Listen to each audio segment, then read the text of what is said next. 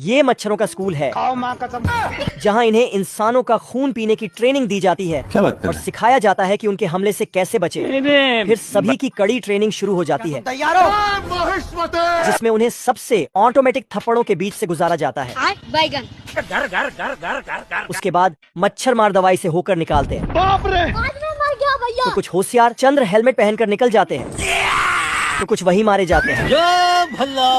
फिर fly paper test होता है, तो सभी रस्सी लेकर निकल जाते हैं। तो एक साला 6 जोड़ी जूते पहनकर आता है और आराम से चले जाता है।